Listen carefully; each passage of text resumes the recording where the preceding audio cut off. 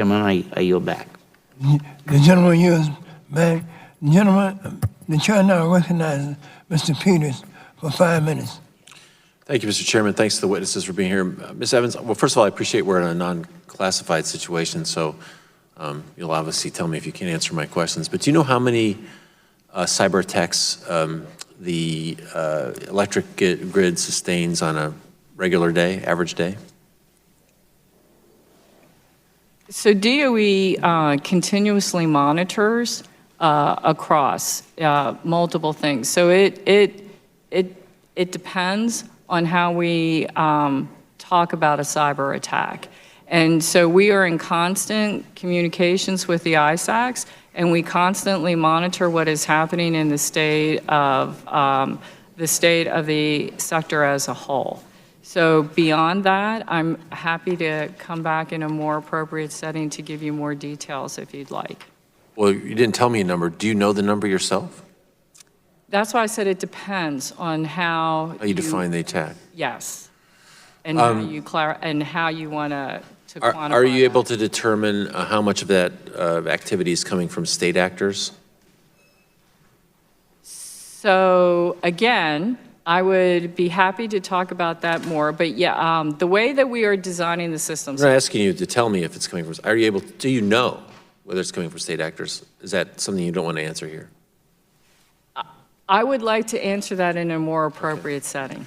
Let me move on then to something else. Maybe Mr. Robb, to follow up with a question that the chairman asked of Ms. Evans about what needs to be done now from Congress. It's my observation that we rely heavily on the utilities, private companies, to deal with this.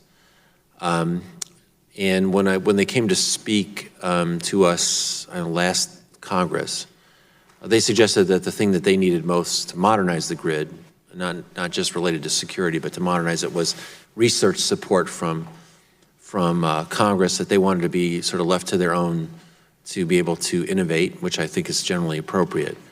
How comfortable do you feel that individual utilities are able to handle these attacks? And is there anything that you think, to follow on with Mr. Rush's question, that Congress should be doing to back that up in terms of security? I'm not sure I caught the entire question with the door closing, but okay. The point I would make in response to Chairman Rush's question is that the biggest issue for us is that for NERC, we're sort of threat actors or so forth is of less interest to us than what is of interest are the attack vectors and so forth. The most important thing from our perspective would be for government to be able to more rapidly declassify information to get it into actionable insights that we can get out to industry. Industry doesn't need to know the origin. We don't need to know the sources. Right. We just need to know the what's. And I think, unfortunately, right now, the what's and the who's are intricately tied up, and so that kind of clogs the machinery up. That would be the most important thing that I would see government being able to do that would facilitate better information sharing and better awareness out in industry, would be rapid declassification and or broader availability of security clearances for folks to participate in those conversations. Real-time ability to share information on an ongoing attack kind of thing? Absolutely. Right. What should be the responsibility, the legal liability for utilities fending off these attacks? So suppose something gets through because of the weakness of a particular utility. What incentives do we have to make sure that they're carrying their weight? Well, I'm probably not the best expert to talk about legal liability. What I would say, though, in response to the question is that every CEO I know of, and this goes from the largest IOUs to the smallest public powers, take this threat enormously seriously. So right now, I think they all do everything that makes sense for them in their sector, in their situation to protect against these attacks.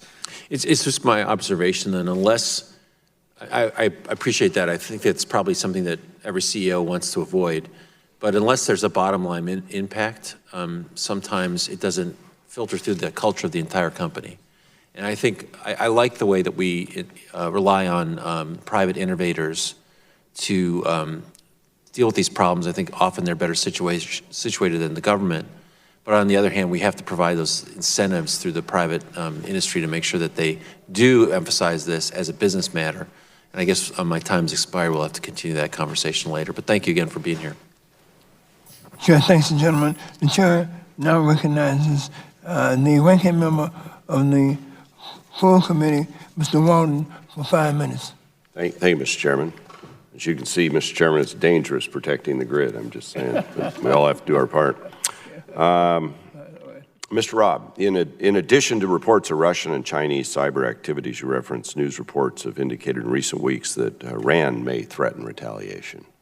And that could include cyber attacks on critical infrastructure. From your perspective, can you briefly walk through how the owners of the bulk power system prepare for when they see something like this in the news? Are they ready for it? First of all, I believe that the utilities are on kind of constant alert. All right. Because they know that they're a great attack target for foreign adversaries. And so I think the security establishment within the utility sector is top notch, and I think always on alert.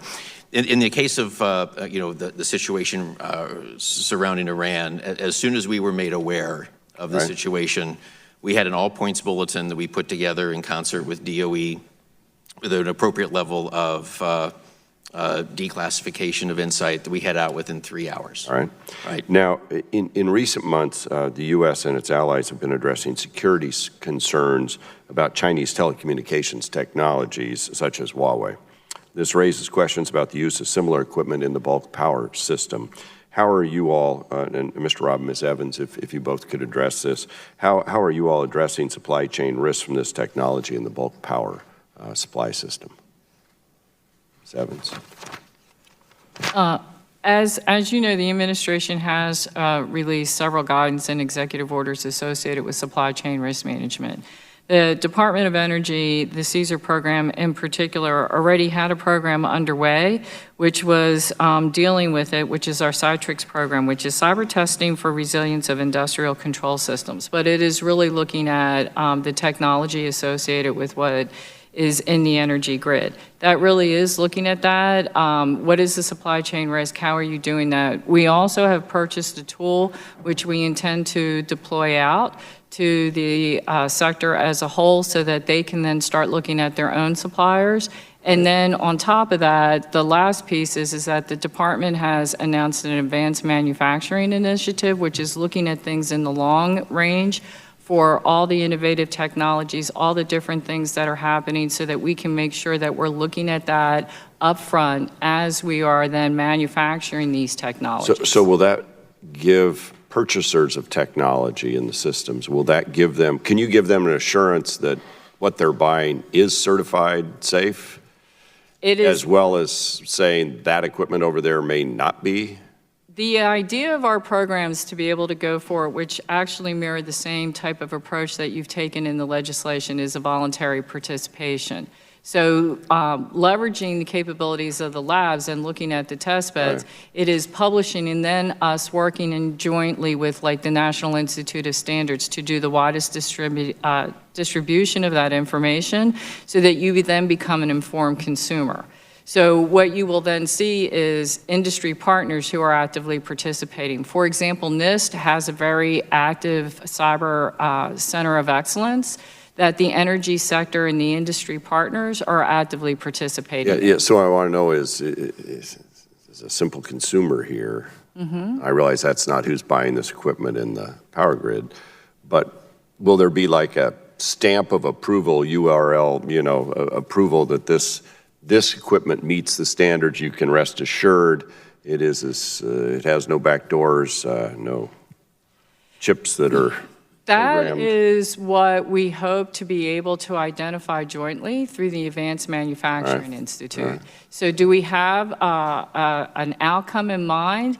Not necessarily, but it will evolve through the Advanced Manufacturing Institute. Because I know we have some of this equipment's in different telecommunication systems today. Absolutely. And it gets very expensive to take it out.